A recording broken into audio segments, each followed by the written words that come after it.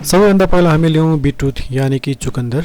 यसलाई हामी सानो सानो डाइस कट गरौँ। किन भन्दाखेरि चाहिँ हामी यसमा नेचुरल कलर युज गर्छौँ। यस, नेचुरल कलर। हामी यसमा कुनै पनि एडिटिभ कलरहरू युज गर्दैनौँ। पानी तताउनुस् अनि जुन यो डाइस गरेको बिटरुट छ यसलाई हालिदिनुस्। बिटरुट हालिसकेपछि तपाईँ यसलाई लगभग 2-3 मिनट बोइल गर्नु होला। अनि हेर्नुहोस् कस्तो राम्रो कलर निकाल्छ यसले। हेर्नुहोस् कस्तो मजाको कलर निकालेछ। अब यो बोइल गरेको पानीलाई एकछिन चिसो हुन दिनु। किन चिसो हुन दिने भनेर भन्दाखेरि हामी चिसो पानीबाट हाम्रो मैदा मुस्छौँ। यहाँ छ हामीसँग मैदा। अब यो चिसो पानी जुन मैले अघि तताएको थिएँ त्यो चिसो गरेर राखेको थिएँ त्यसलाई म हाल्दैछु। यसरी पानी निकाल्दाखेरि लाइट कलर आउँछ। यदि तपाईँ यो बिटरुटलाई मिक्सरमा यदि ग्राइन्ड गर्नुभयो भने योभन्दा अझ डार्क कलर आउँछ।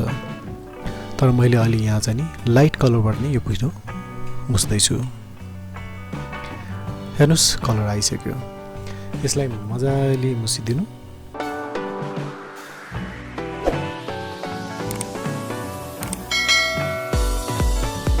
अनि लगभग तपाईँ 20 मिनट जति यसलाई प्लास्टिकको झोलामा राखेर रेस्ट गराउनु। हाम्रो मोमोको पिठो रेडी हुन्छ।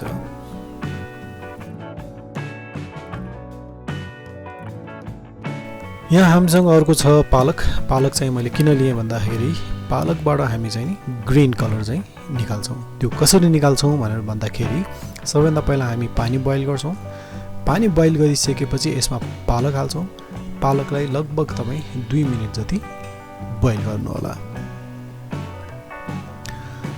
अब तपाईँले देखिरहनुपर्छ यसमा चाहिँ बिटरुटमा जस्तो सुरुमै कलर आएको छैन। यो बोइल भइसक्यो। बोइल भइसकेपछि यसलाई एकछिन चिसो हुन दिनु। किनभने ग्राइन्ड गर्दाखेरि चाहिँ तातो नगर्नु होला। तातो गर्नुभयो भने यो सबै बाहिरतिर उछिदिन सक्छ। ग्राइन्ड गरिसकेपछि चिया छान्नीबाट हामी यसलाई छान्छौँ र छानेर आएको पानी सबै ग्रीन कलरमा आइरहेछ। हेर्नुहोस् अघि बोइल गर्दाखेरि यसले कलर दिएको थिएन। तर वन्स हामी यसलाई ग्राइन्ड गर्छौँ त्यसपछि यसले ग्रीन कलर दिन्छ। यो छानीमा जुन पानी अड्किएको छ त्यसलाई चाहिँ हामी चम्चाको सहायताले यसरी चलाएर यसमा भएको सबै पानी निकाल्छौँ या भनौँ ग्रीन कलर निकाल्छौँ। हामीले दुवै कलर चाहिँ एकदम नेचुरल निकालेछौँ। हेर्नुहोस् है, रेड कलर बिटरुटबाट, ग्रीन कलर पालकबाट।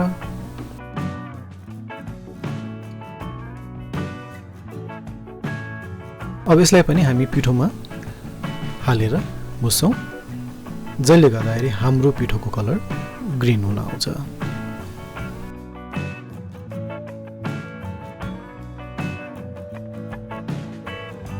हेर्नुहोस् है, यो पालकको पानीले हामीले पिठो मुस्दाखेरि हाम्रो मैदा पनि ग्रीन कलरको भएछ। र यसलाई पनि प्लास्टिकको ब्यागमा राखेर कम्तीमा 20 मिनट जति रेस्ट गराउनुहोस्। त्यसपछि हाम्रो मोमोको पिठो रेडी हुन्छ।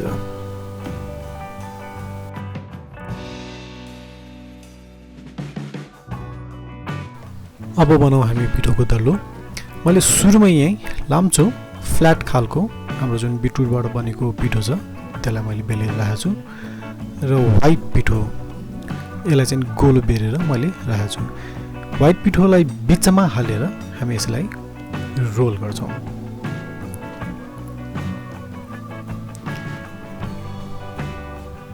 तपाईँ चाहनुहुन्छ भने कम्प्लिटली तपाईँको रेड कलरबाट मात्र पनि बनाउन सक्नुहुन्छ अथवा चाहिँ ग्रीन कलरबाट मात्र बनाउन सक्नुहुन्छ।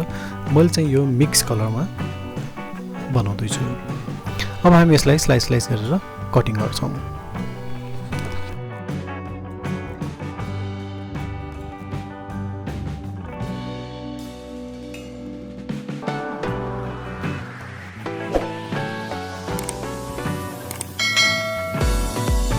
अब म तपाईहरुलाई मोमोको र्यापर कसरी बेल्ने भन्ने कुरा देखाउन गइरहेको छु। मैले यसलाई फ्ल्याट गरेँ, त्यसपछि थोरै मैदा हालेँ। फर्स्ट 2 स्टेप चाहिँ यसरी म राउन्ड गर्छु, त्यसपछि मात्र साइडमा यसरी बेल्छु। यसरी बेल्दाखेरि के हुन्छ भनेर भन्दाखेरि चाहिँ नि हाम्रो जुन सेन्टरको पार्ट छ त्यो ठिक हुन्छ र साइडको जुन पार्ट छ त्यो थिन हुन्छ, जसले गर्दाखेरि तपाईँको चाहिँ कसो नि मोमो पनि फुट्दैन र खाँदाखेरि पनि पिठो जुन ठाउँमा फोल्ड गरेर चाहिँ धेरै मात्रामा पिठो आउँदैन। अब तपाईँहरू मेरो फिङ्गरलाई याद गर्नु, सुरुमा मैले यसरी थेप्चो बनाएँ साइडबाट, अब माथिबाट मैले यसरी प्रेस गरेँ। अनि अर्को कुरा, यता साइडको भाग अलि माथि छ, उता साइडको भाग चाहिँ अलिकति तल नै छ।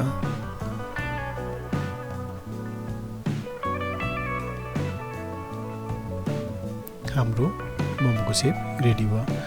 नेपालमा चाहिँ हामी यसलाई चाहिँ टिबेटन मोमोको सेप भनेर भन्छौँ, या भनौँ यो मोस्टली चिकन मोमो बनाउँदाखेरि यस्तो सेप चाहिँ बनाउने गर्छौँ। अब त्यही टाइपको मोमोको सेप तर अलिक फरक तरिकाले म बनाएर देखाउनु गइरहेको छु। फरक भन्नाले मात्र के भन्दाखेरि जुन फिङ्गरको जुन हाम्रो औँलाको जुन राख्ने तरिका छ त्यो अघि माथि राखेको थियौँ भने अहिले हामी सिधै साइडबाट मात्र जान्छौँ। हेर्नुहोस् है, मैले मुजा लिएर साइडबाट गइरहेको छु। यसरी र अघि बनाएको तरिकाले के हुन्छ भन्दाखेरि मुजा बन्ने प्याटर्न चाहिँ हल्का फरक हुन्छ। बाँकी मोमो एउटै हो, तपाईँलाई जुन प्याटर्नमा मन लाग्छ त्यसरी बनाउनुहोस्, अथवा जसरी बनाउँदा तपाईँलाई सजिलो लाग्छ त्यसरी बनाउनुहोस्। म अर्को डले मोमोको सेप बनाउन गइरहेको छु। यसमा चाहिँ तपाईँ मेरो बुढी औँलालाई याद गर्नु होला, मैले बाहिरबाट नै यसरी मुजा तान्दै मोमो बनाइरहेको छु। यो बिल्कुल तपाईँको साडीको मुजा बनाएको छु, जसले आफ्नो बुढीको साडीको मोजा बनाएको छ उसलाई बनाउनु धेरै सजिलो हुन्छ। ल हेर्नुहोस् है, हाम्रो मोमोको सेप आयो। अब फेरि सेम यो डल्ले मोमो नै तर बुढी औँला फरक तरिकाले राखेर म बनाउनु गइरहेको छु। हेर्नुहोस् है, यसमा मासु पनि जुन मैले राखेको छु त्यो गोलो तरिकाले राखेको छु। अघि मैले बुढी औँला चाहिँ नि साइडबाट राखेको थिएँ भने अहिले म भित्रबाट राखिरहेको छु र त्यसरी नै मुजा तानिरहेको छु। बुढी औँलाको राख्ने तरिकामा त अलिकति फरक। हेर्नुहोस् है, हाम्रो डल्ले मोमोको सेप पनि बन्यो दुईटा तरिकाले। मात्र तपाईँको बुढी औँला भित्र र बाहिर गर्दाखेरि पनि यसले स्लाइटली डिफ्रेन्ट सेप चाहिँ क्रिएट गर्छ। यो दुवै सेपको मोमो चाहिँ हाम्रो नेपालमा एकदमै चल्ने सेप हो। एउटा चाहिँ यो गोलो चाहिँ मोस्टली बफ मोमोको लागि बनाउँछ भने जुन लाम्चो छ त्यो चाहिँ चिकन मोमोको लागि बनाउँछ। र यो दुई सेपमा मोमो खाँदाखेरि बल्ल मोमो खाएको फिल हुन्छ। सायद सानैदेखि यही सेपमा मोमो खाइरहेको भएर होला। तर हामी मोमोको सेप चाहिँ नि फरक तरिकाबाट पनि बनाउन सक्छौँ। आउनुहोस् हामी अरू सेपमा पनि ट्राई गरौँ। यो चाहिँ ट्रायङ्गल सेप बनाउन खोजिरहेको छु। हुन त यो अब कहिलेकाहीँ मात्र बनाउने भएको कारणले गर्दा त्यति एक्सपर्ट त छैन, तर पनि बनाउन ट्राई गरौँ। यो ट्रायङ्गल यति बनाइसकेपछि तपाईँ यो पिठोलाई तल माथि गर्नुभयो भने यसले एउटा राम्रो सेप चाहिँ क्रिएट गर्छ।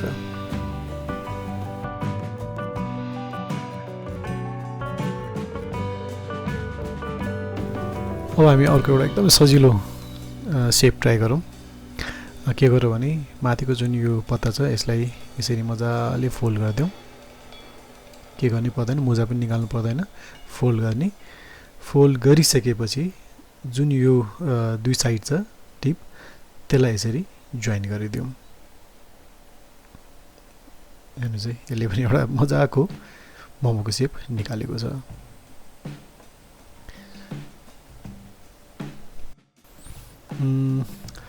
अब हामी यसलाई बिचबाट पहिला तेजिदिउँ। त्यसपछि हाम्रो जुन यो चिकन मोमो बनाउने स्टाइल छ त्यस्तै गरी एउटा फिङ्गरबाट यता साइडमा फोल्ड गरिदिउँ, अर्को साइडबाट पनि त्यसरी नै फोल्ड गरिदिउँ। यो हाम्रो चिकन मोमो स्टाइलको बन्यो। यो पछाडिको अलि लामो भइरहेको जस्तो लागिरहेछ मलाई। यसो गरौँ, यसलाई पनि हामी अघि जस्तै जोइन गरिदिउँ। ठिक छ, यसले पनि राम्रो एउटा मोमो सेप ल्याएछ। अब फेरि एकचोटि हामी डल्ले मोमोको स्टाइल र यो जुन चिकन मोमोको स्टाइल छ त्यसलाई कम्बाइन गरौँ। सबैभन्दा फर्स्ट चाहिँ नि मुजा बनाऊ, आधी जति मुजा बनाऊ। अनि त्यसपछि हाम्रो जुन चिकन मोमोको स्टाइल छ त्यसलाई यसरी फोल्ड गरिदिउँ।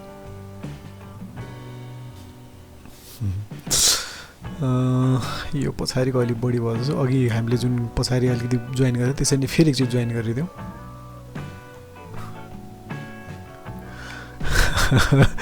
यो पनि ठिकठाकै मोमोको सेप चाहिँ आएको छ।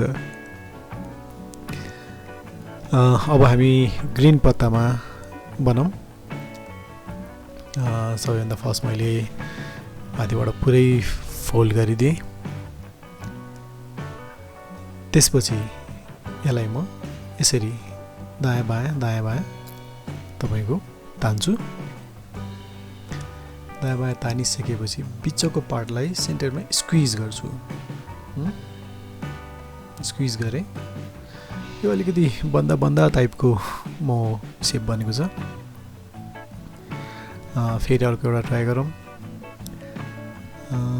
के गर्छु भने यसलाई म साइडबाट म यसरी थेप्चो बनाउँछु। त्यसपछि फेरि अर्को साइडबाट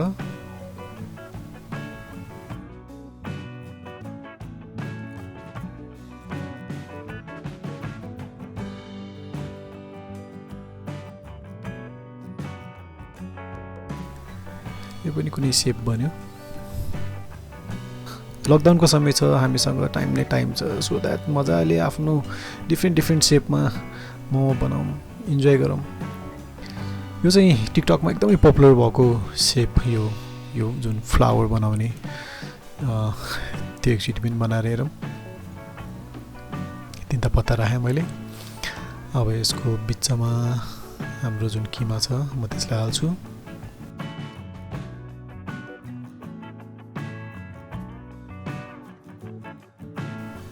यो चाहिँ तपाईँको टिकटकमा एकदमै पपुलर भएको थियो र जहाँसम्म मलाई लाग्छ सबले यो सेपमा एकचोटि मोमो बनाएको पनि थियो होला। यसरी फोल्ड गरिदिउँ।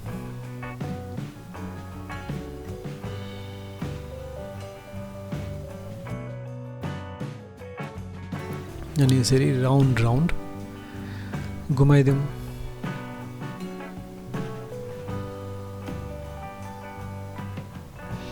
लकडाउनको समय छ, हामी दिनभरि घरमै बसिरहेछौँ। यसरी कलरफुल मोमो बनाएर आफ्नो बच्चाहरूलाई खुवाउँ, उनीहरू पनि खुसी, तपाईँ पनि खुसी, माइन्ड फ्रेस हुन्छ। सो द्याट यसरी नै घरमा डिफ्रेन्ट सेप ट्राई गरेर मोमो बनाउनु, इन्जोय गर्नु। अनि मेरो च्यानललाई लाइक, सेयर अनि सब्सक्राइब गर्न चाहिँ नि नबिर्सिनु। प्लिज सब्सक्राइब गरिदिनु होला।